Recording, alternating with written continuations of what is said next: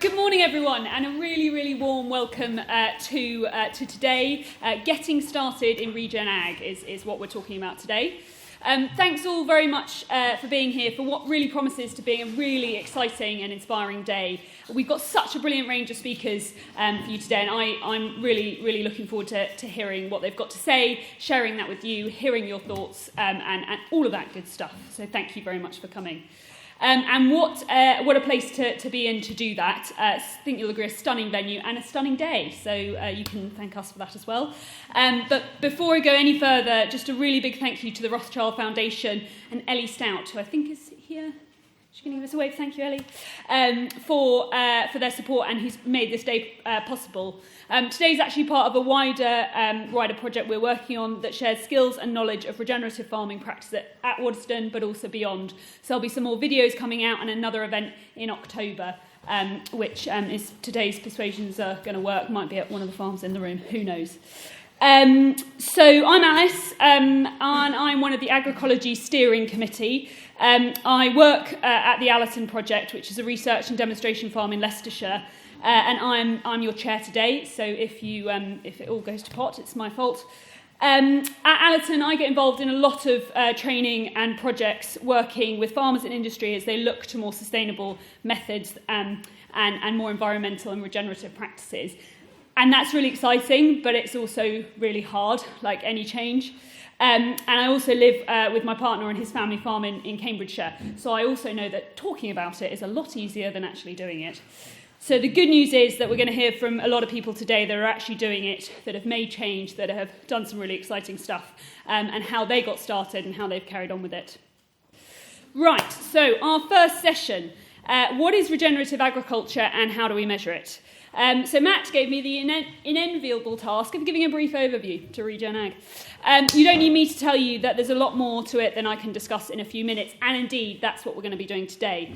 But we talk a lot about it at the Allerton project, but we also talk a lot about sustainable farming, we talk a lot about integrated farm management, conservation agriculture, organic farming, agroecology, and in some of the training courses that we do, we really sort of ask people to pick their favourite, because that's fun, and talk about what they think it means, what it means to them, what's useful.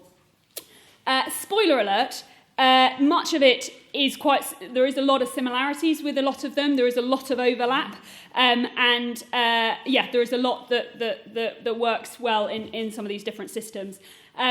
And a lot of it really is about good farming, good environmental farming, and trying to be better, thinking about your system, how could we keep moving on this journey.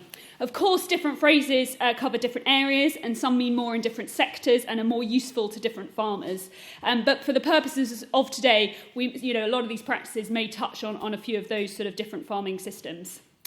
For me, regenerative farming is fundamentally about regenerating something, making it better, making more of it, increasing the health of the environment. And I think that's why people like it, because it's aspirational and it's exciting. It's about improving. And I think that's a really key thing to hold on to today.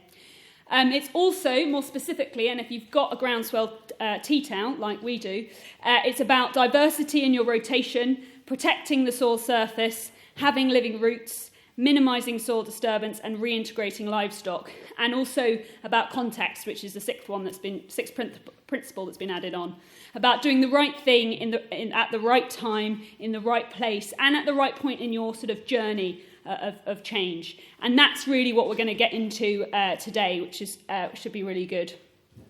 We're going to hear from a lot of different people today, but rather than just sit there and absorb, I'd like to make sure you guys are thinking about it sort of as we're going through and really thinking about how this affects you, how this affects your business or the work that you do. And with that in mind, we've got a few sort of questions that we're going to come back to throughout the day. You'll be thrilled to know some post-its involved and a bit of chat throughout. So just like you to think about and perhaps hold these in your mind as we go through the day.